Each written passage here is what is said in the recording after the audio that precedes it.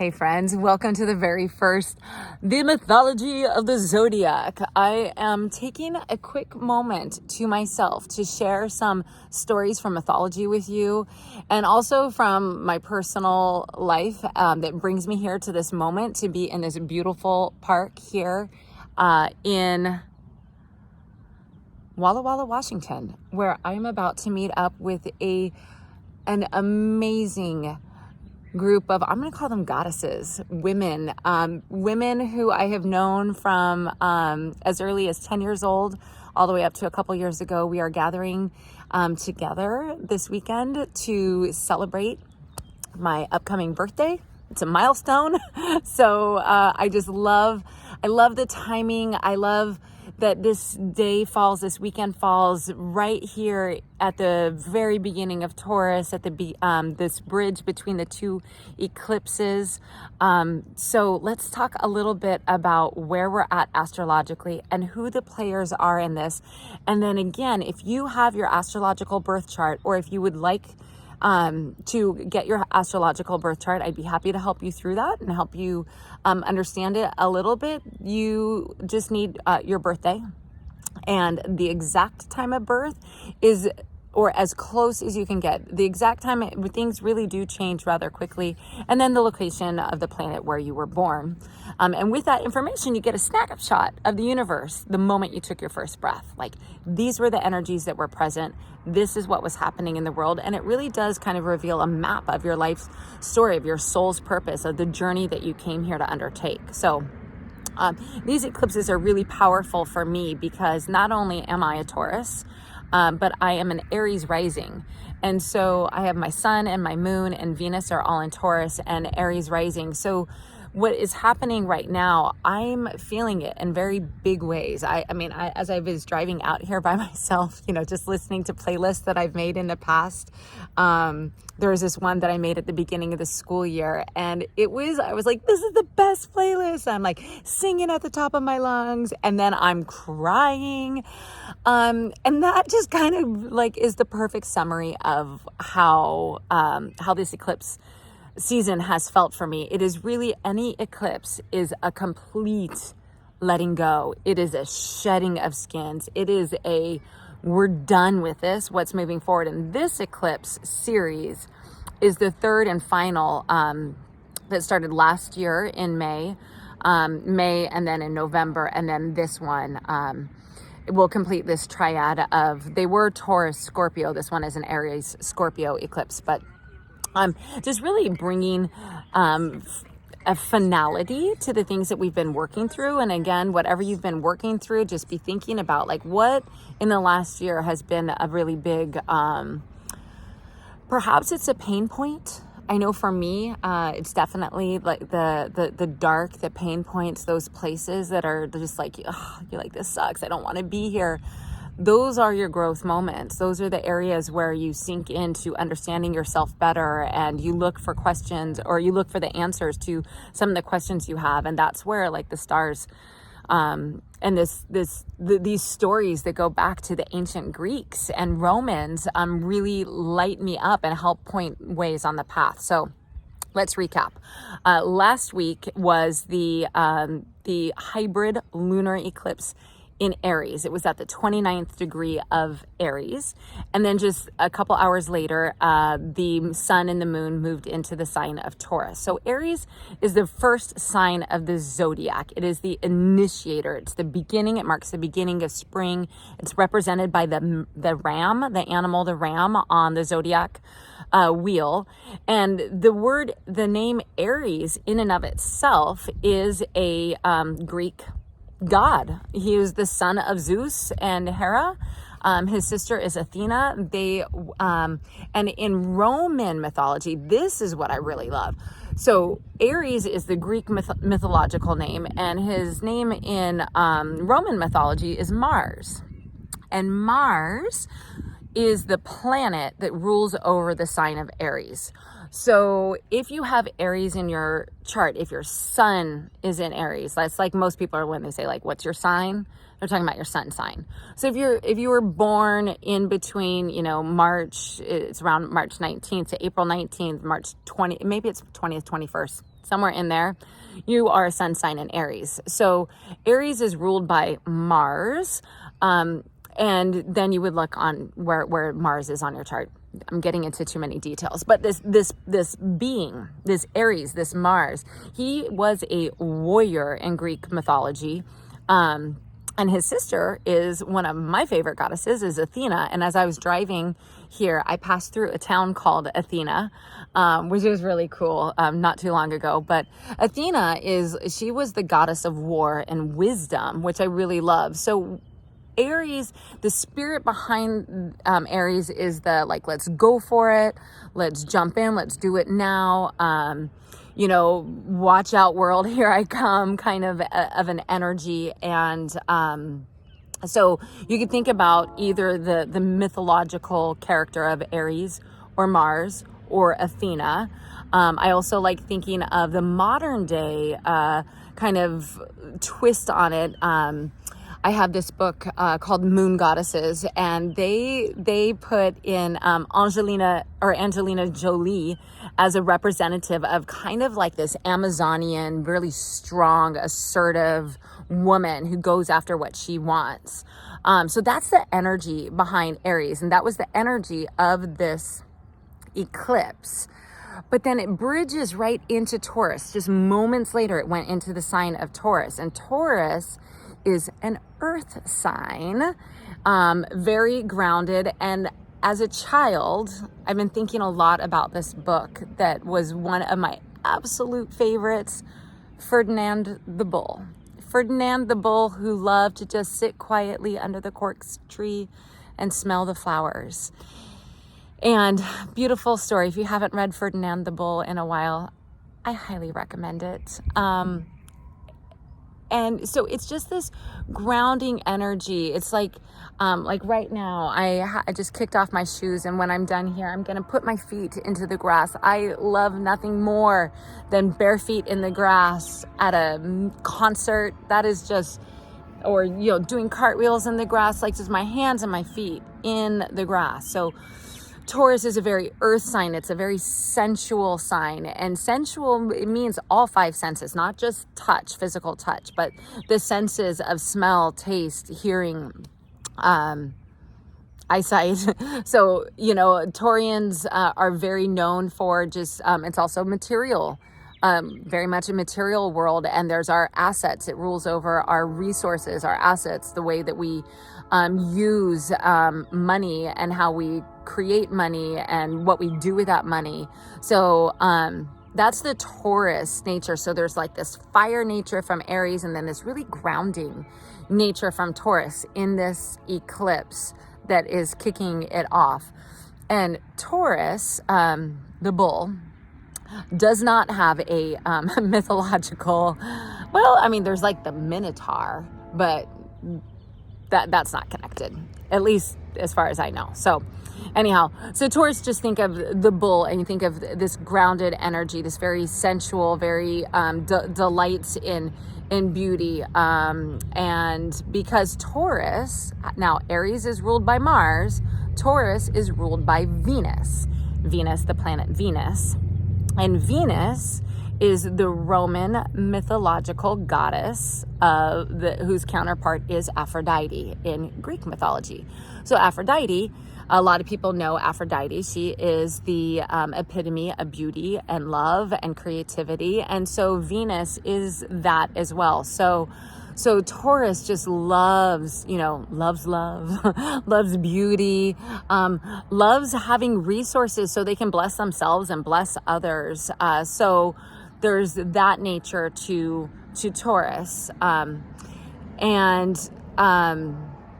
Yes, and Venus, the ruling star, and she's been up in the sky, and Venus and Mars are both visible up in the sky currently, which is beautiful too, that these two ruling planets are right there with these, where everything is happening in the Zodiac. So really, really want to look at right now where Aries is in your chart, where Taurus is in your chart, and if you have planets in those signs.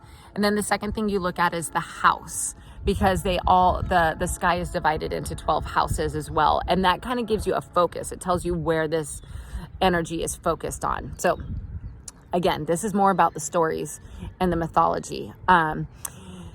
So also that it is, perhaps you have heard right now that we are in Mercury retrograde. Perhaps you have experienced some communication issues, some misfires, something that you wanted to say and was incorrectly received, or something that you thought you sent and you didn't send.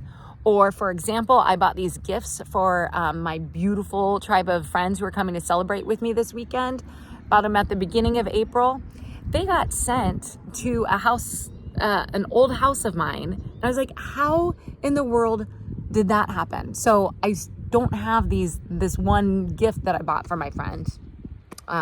It's okay. I'll track it down eventually. But it was just kind of like, miscommunication, because Mercury is the Roman god of communication. His counterpart is Hermes from Greek mythology, also another son of Zeus, not Zeus and Hera, Zeus and son, who knows? I can't remember. But Hermes was the messenger of the gods. So as the messenger, your job is communication. So whenever Mercury goes retrograde, which it did 2 days after the eclipse last week, it was on the 21st of April this year, 2023. And it will be retrograde until May 14th, Mother's Day this year. It's just, and it's retrograde in Taurus. So between 5 and 15 degrees of Taurus is where, when they say a planet is retrograde, from our standpoint here on Earth, it appears, when we look up in the sky, it appears as if the planet is moving backwards, retrograde. Of course, the planets do not move backwards. They only move in one direction, but it's an optical illusion.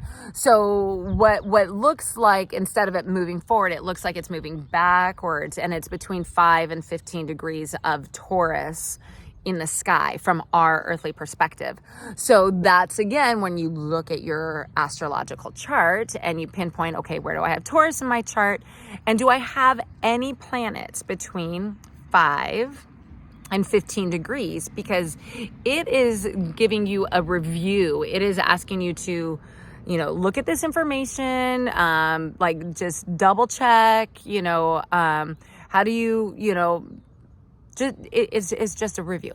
It's a review. That would be the easiest way to say it. So, and this one is just a really beautiful one, because it is in this grounded, very, simplistic energy of Taurus. Taurus is wants things to be easy, wants things to be simple.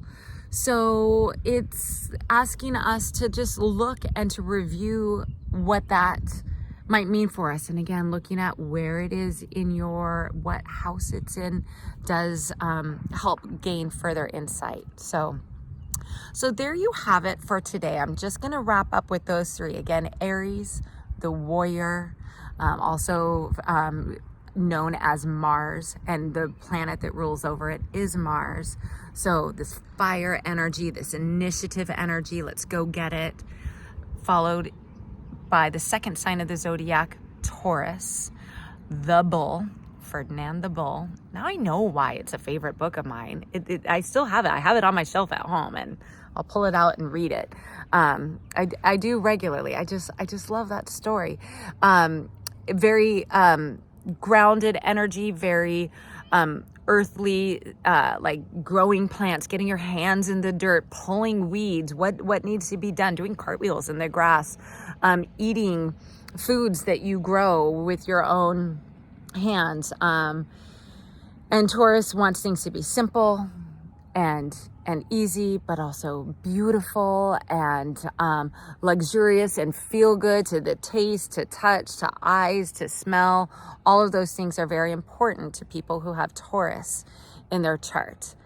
And then the Mercury retrograde also in Taurus, Mercury, the messenger. And so and Mercury retrograde happens pretty regularly. It's one of the inner planets. It zips around pretty fast. So, so there's usually about 3 Mercury retrogrades per year. So, you know, some are easier, some are harder. This one happens to be a pretty beautiful one. So we're halfway between the eclipses. It was a new moon last week. If you look up to the sky, it'll look like it is, some people call it, you know, a half moon on its way to full. It's the quarter moon. But just know that moon is shining up there in the sign of Taurus. And if you have one of those night sky apps, it's beautiful to just shoot it up there and to see the mythology and just see these stories that have been passed down by generation after generation after generation after generation that are told in our stars, because the stars in this universe is here for you.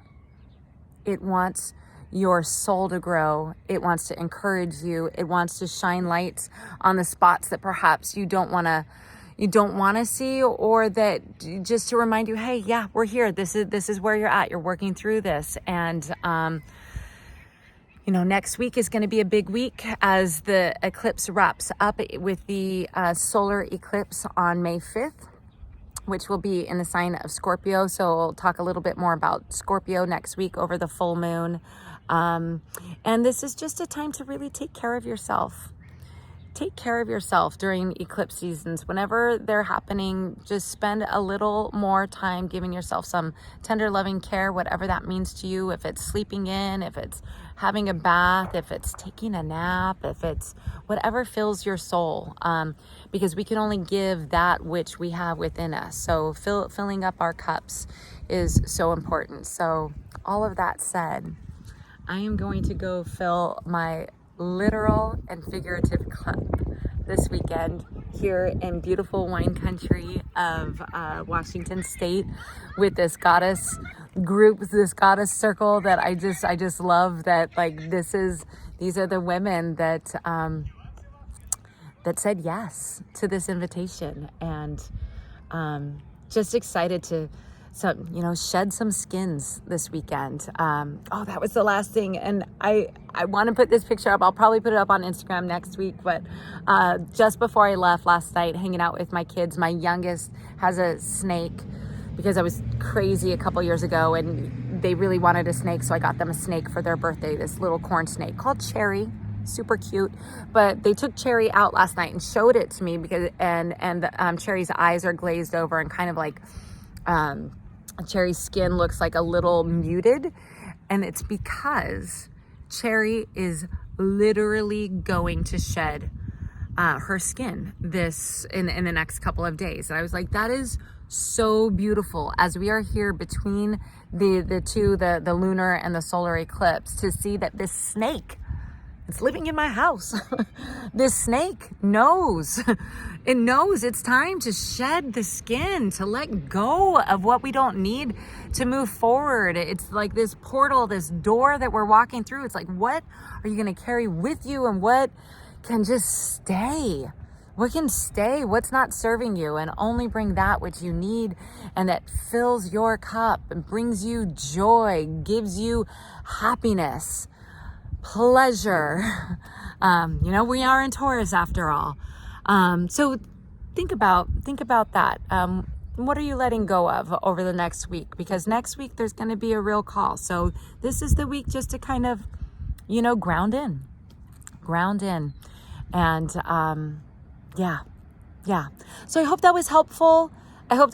Just to talk a little bit about these the 2 zodiac signs, Aries and Taurus, and to talk about the planet Mercury, and a little bit about Venus and Aphrodite, but Mercury and Hermes. Let me know. Please leave a comment if this is helpful. If you have questions, please reach out or leave a comment. I would love to hear it and help you on your journey to understanding yourself and your relationships, the people that you are in relationship with better. Anything that we can to equip us on this journey through this beautiful, amazing sphere of energy in this ever-expanding universe, right? Anything that we can do to help, let's do it. let's do it. So cheers. May you have a beautiful quarter moon, midway point between these eclipses, and hopefully, if the sun is shining and the birds are singing and you have a moment to step outside to appreciate this beautiful earth, whether during the daytime to appreciate the sun or at nighttime to look up into the luminaries that light us up, I invite you to do so. It feels good to get back into nature and into that part of ourselves. Oh, the goddess of Taurus, I would say, is Gaia. And I have a new playlist on Spotify called Gaia, with some of the favorite songs that I've been listening to. And not surprisingly so, the national parks, what a great name for the Gaia Mother Earth, right? Goddess playlist. So really great vibe music there. A lot about shedding skin and letting go and releasing, but also just a lot about, hey, let's have some fun. Let's enjoy and celebrate this beautiful life that we've been given, this amazing planet that we are stewards of. Planet that we are stewards of. And okay, I am going to stop talking now. Thank you for listening, and I will see you guys again next week as we talk about the full moon and the lunar eclipse. May your weekend be magical. Namaste.